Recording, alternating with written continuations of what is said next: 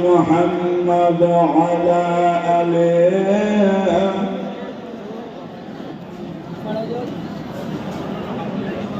ये छाछ है गुलाब काबा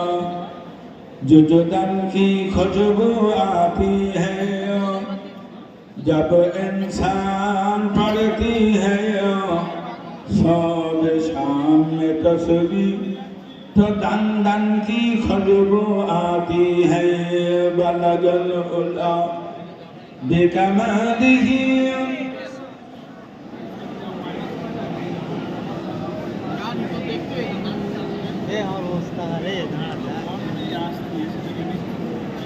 जनाब सभापति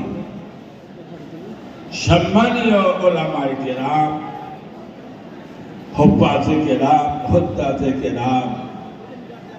उपस्थित भद्र महोदयगण इतिपूर्वे उलामाদের কাছে অনেক গুরুত্বপূর্ণ কথা শুনলেন বাদ মাগরিব জিকিরের মজলিস করেছেন জলসা সারা রাত হবে এই মাদ্রাসা আল্লামা হুজুর তৈরি করেছিলেন নিজ হাতে করে এখান থেকে 80 বছর আগে তার হাতে গড়া মাদ্রাসা তিনি বলেছিলেন যে মাদ্রাসা ইনশাআল্লাহ সব আল্লাহ কবুল করবেন যিনি এই মাদ্রাসা দান করবেন আমি রুহুল আমিন তার জন্য কবরে বসে বসে দোয়া চাই কোরআন থেকে আল্লাহ জানিয়েছেন ইন্নামা ইয়াখশাল্লাহু মিন ইবাদিহি উলামা আল্লাহ বললেন আমাকে ভয় করে আলেমেরা হাদিস শরীফে বলা হয়েছে আল উলামা ওয়ারাসাতুল আম্বিয়া আলেমেরা হলো নবী পাকের ওয়ারিস কোরআনের আয়াত হাদিসের টুকরা নিয়ে বিশ্বের মাটিতে হানাফি মাযহাবে বর্ণনা আল্লামা ইসমাঈল হাক্কি হাফিজ যিনি তাফসীরুল বায়ান কিতাব লিখেছেন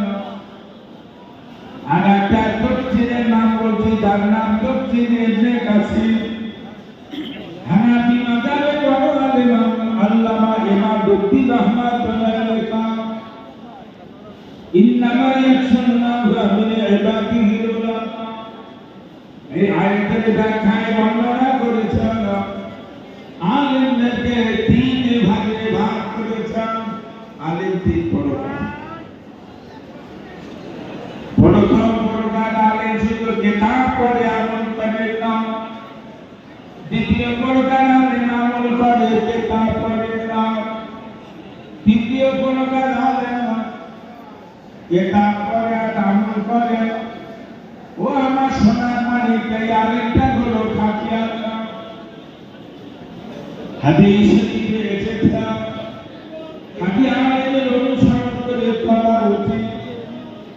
আল্লাহ কোরআনে বলেছেন ফাসালু আহলা যিকরি কুনতুম লা তা'লামুন এই আয়াতের ব্যাখ্যায় বলেছেন যে বিচক্ষণ আলেমের হুকুম মানা উচিত আল্লাহ নবী বলেছেন যে জামানায় তোমরা খাঁটি আলেম খুঁজে না পাবে তোমাদের কাছে অতীত খুঁজে গেছে এমন বিচক্ষণ আলেমের অনুসরণ করে বর্তমানে আলেমের ভেতরে যে ভেদা পীরের ভেতরে যে ভেদা তাতে আল্লামা হুজুর দেশের শ্রেষ্ঠ আলেম পীর বলতে করছিলেন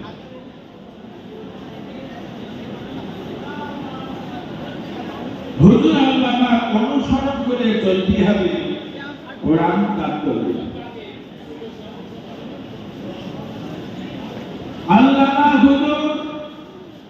কথা বলেন কথা বলার পর্যন্ত সংক্ষেপে দুটো কথা বলছি শুনুন হুজুর আল্লামা বাড়ি হলো পাকি নারায়ণপুর